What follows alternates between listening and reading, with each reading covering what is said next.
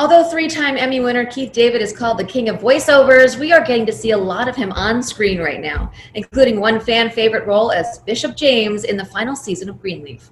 Take a look. But I got that old feeling today, May, when Misty was looking at me.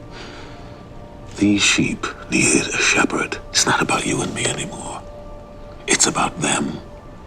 We have to deliver these souls to their Redeemer in their totality. And Keith is here with you now. Welcome, Keith. Good to see you. Well, it's nice to be seen and not viewed. Yes, the final season is here. What have your emotions been like with the fans finally getting to experience it all? You know, it's been a wonderful, wonderful ride. So I have no complaints and no regrets. How have you loved playing this kind of relationship with Lynn Whitfield? I can think of no better partner to have on screen than Lynn Whitfield. She's a gem. It's really a beautiful thing. She's so caring about the character and about the family and the integrity of the story.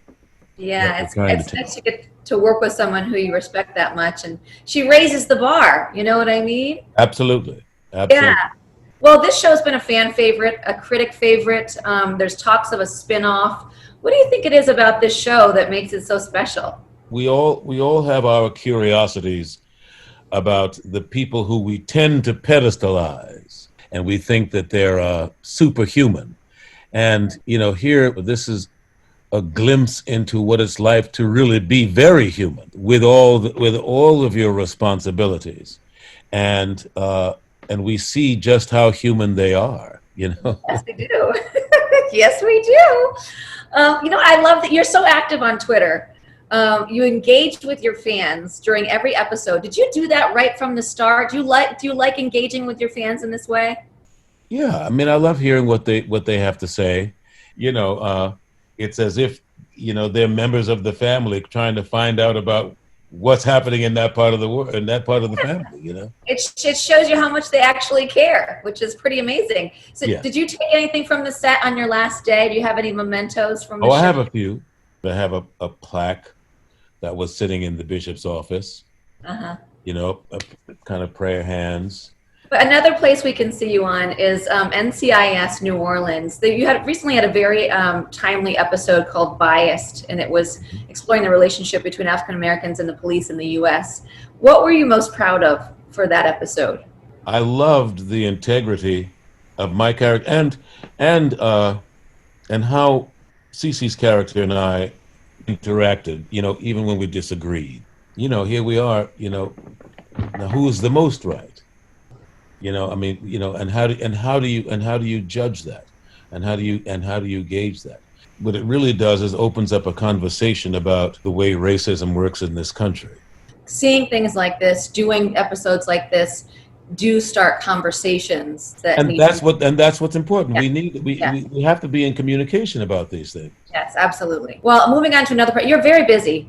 I want to get all these projects in. So we're obviously going to see you on the big screen in Horizon Line. What can you tell me about it? I loved working on it. I got to shoot in Dublin, and I hadn't been there in a very long time. Really, really fun project about love and what, you know, I mean, and what happens when people fall out of love, and how you know, tragedy, you know, can bring them together.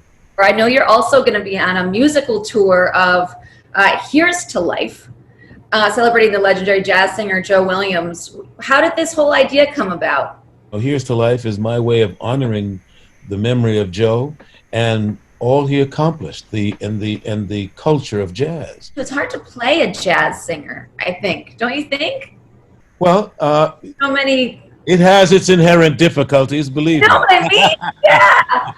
Aye. So, it's so much fun. Yeah, yeah. Well, in the beginning, we mentioned that you are the king of voiceovers.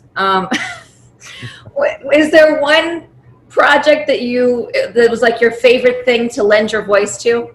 First of all, Dr. Facilier in The Princess and the Frog. Yeah. One of my favorite characters. Voicing Spawn, that was one of my favorite things to do. Yeah. And you know, and I loved introducing the campaign, What Can Brown Do For You?